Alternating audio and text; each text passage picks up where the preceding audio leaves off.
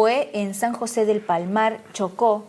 El balance actualizado hasta el momento es de 133 muertos, unos 570 heridos y más de 1.500 viviendas afectadas.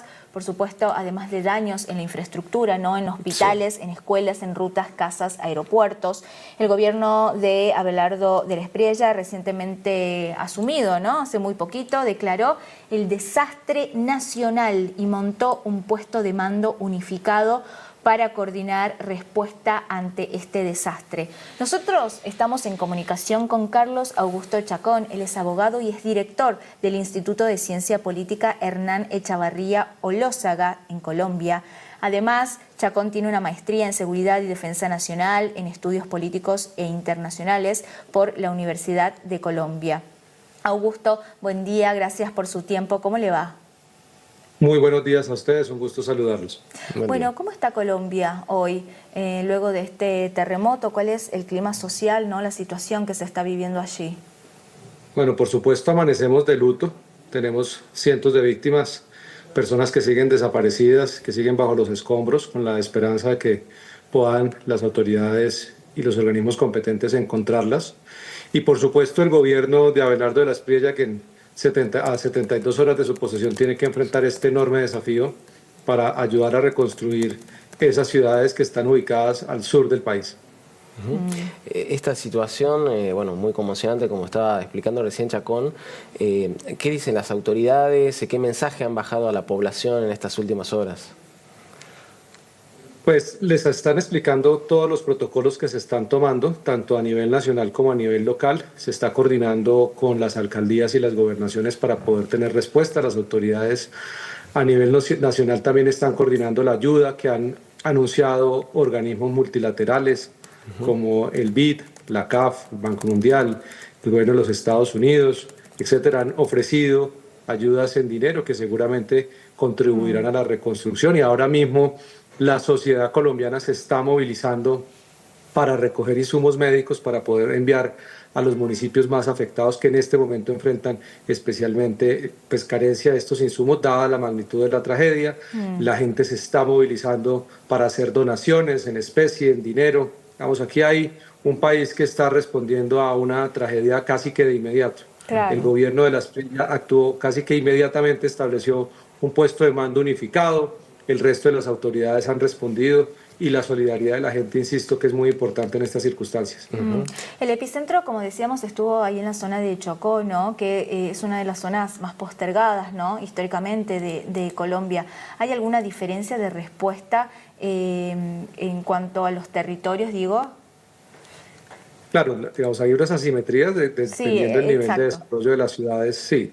Así como en Argentina hay ciudades mucho más desarrolladas que otras. En Chocó claramente es una región apartada, afectada por distintas dinámicas de violencia y de pobreza.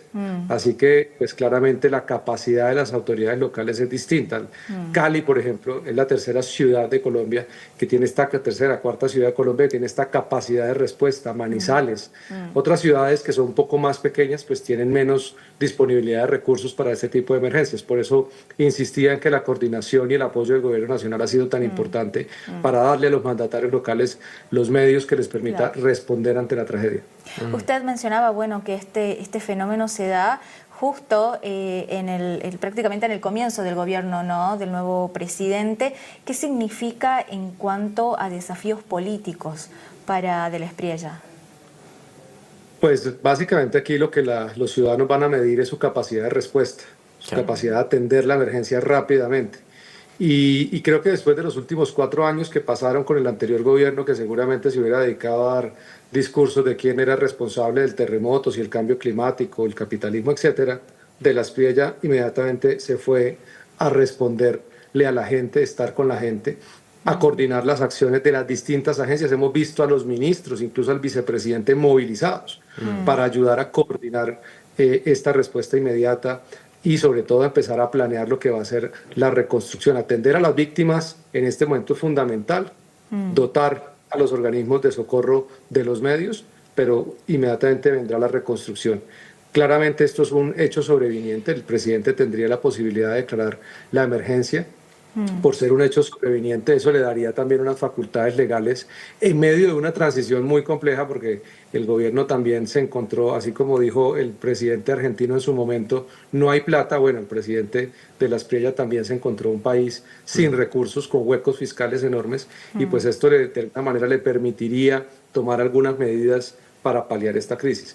Y eso hará que indudablemente la clase política y los ciudadanos puedan medir la capacidad del presidente Abelardo de responder a esta crisis, de ayudar a la reconstrucción y, por supuesto, de evitar actos de corrupción, porque ustedes saben que normalmente, y lo vieron en Venezuela, en la tragedia de Venezuela, la ayuda termina desviada, ¿no?, por las propias autoridades, que no le llega a la gente. Entonces esto también será un gran test frente a cómo combate la corrupción en medio de una tragedia de estas, porque desafortunadamente, ustedes lo saben, en los países latinoamericanos estas tragedias también se vuelven una forma de hacer corrupción de distintos sectores. Entonces esto también le medirá, como decimos en Colombia, el aceite al presidente para saber qué tanto tiene la capacidad de evitar actos de corrupción, ejecutar y responder en corto plazo, y por supuesto transmitirle al país con toda serenidad qué es lo que está sucediendo y qué medidas va a adoptar el gobierno, sin hacer discursos grandilocuentes que no contribuyen a nada.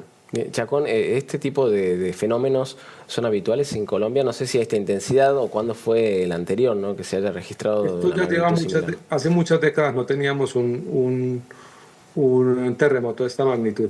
Colombia suele haber temblores. De hecho, hay una región en Santander donde hay un movimiento de placas constante, se llama la Mesa de los Santos, en un departamento que se llama Santander, y suelen haber movimientos telúricos, pero hace ya varias décadas no veíamos un terremoto de esta magnitud. El anterior también, si mal no recuerdo, afectó la zona del eje cafetero, que fue pues la más, donde tuvimos más víctimas y hubo más derrumbes. Y en esta oportunidad, pues además del eje cafetero, Cali y Chocó, como lo anunciaban ustedes al inicio de la transmisión. Claro, particularmente a usted, ¿cómo lo agarró este temblor? ¿Qué sintió en ese momento? ¿Cómo se sintió? ¿Cómo se percibió?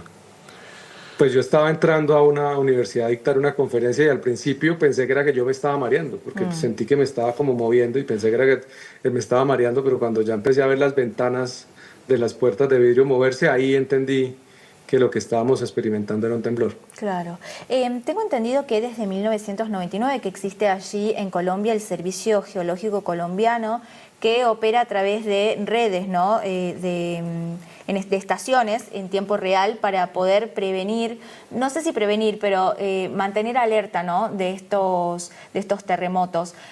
¿Había habido una alerta o habían emitido algún tipo de información sobre que podía ocurrir este terremoto o no?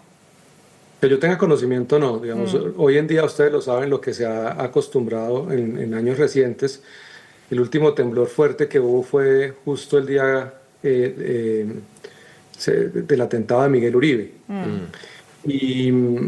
Y lo que hace la gente es utilizar sus teléfonos, los Android y los iPhone, que tienen sistemas de alerta para este tipo de circunstancias. Además, ustedes saben que esto es en cuestión de segundos donde el temblor se desarrolla. Y además de eso, pues la gente, o todos, no tenemos la precaución de pensar que donde estamos seguramente se va a caer. Mucha gente no evacúa pensando que es un temblor más. Otros no alcanzaron a evacuar, como se ha visto en algunos videos. La gente estaba tratando de bajar por las escaleras y no alcanzó a hacerlo, etcétera. Es una tragedia, indudablemente. El servicio lo que hace es generar la alerta, pero de aquí a que toda la comunidad esté al tanto, tome las medidas, pues es muy difícil. ¿Cómo están organizando los rescates y a dónde están llevando a los damnificados? Hay puntos de ubicación que se han tomado y zonas específicas donde los están atendiendo. Especialmente ahorita la prioridad, ustedes lo saben, es atender a las víctimas que estén lesionadas, los centros de salud, los hospitales, las clínicas, darles el refugio pues, para que puedan pernoctar en la noche quienes perdieron todo. Y por el otro lado, pues tratar de identificar a las víctimas y a las personas desaparecidas, tratar de encontrarlas y seguir con las labores de rescate que, según informaban los medios hasta esta mañana, en algunos lugares se escuchan aún personas pidiendo ayuda. Sí. Chacón, ¿están recibiendo ayuda internacional? Sí, entiendo que sí. El presidente de El Salvador anunció ayuda y entiendo que otros países han anunciado que van a enviar ayuda. Bien. ¿Tienes más preguntas, Martín? Bien. Muchísimas gracias por tu tiempo. Te agradecemos. Ustedes, gracias. Y bueno, Feliz de día. corazón, que todo pueda mejorar de manera rápida. Muchas gracias a ustedes, que estén muy bien. Hasta luego. Bueno, ahí escuchábamos entonces las declaraciones de Carlos Augusto Chacón, que bueno, él está en Bogotá actualmente, Sí. contando un poco cómo se están llevando a cabo los procesos de rescate y hacia dónde están llevando a las personas afectadas por este terremoto que ha sacudido ayer a Colombia. Recordemos, a la mañana, a las 7:30 de la mañana, muy temprano, de una magnitud de 7,5 en la escala de Richter y que hasta el momento está dejando por lo menos 133 fallecidos. Claro, sí, y bueno, por supuesto que todavía es difícil de mencionar, ¿no? Las pérdidas, por supuesto, humanas y también materiales, y como bien decía Chacón, bueno, es todo un desafío, ¿no?, enorme para este gobierno de la Espriella, que estaba comenzando 72 horas después de su asunción, ocurrió esta tragedia y bueno, vamos a ver qué respuesta tiene, ¿no? Totalmente un desafío político para el presidente. Sí, absolutamente. Si está a la altura de las circunstancias, muy posiblemente tenga el apoyo de la gente, si es que hay respuesta, ¿no? Porque, bueno, generalmente lo que pasa cuando hay un cambio de gestión, por ahí los primeros tiempos, las primeras épocas, generalmente es de un apoyo superior al habitual, al posterior. Así que, bueno, esperemos que puedan salir adelante prontamente.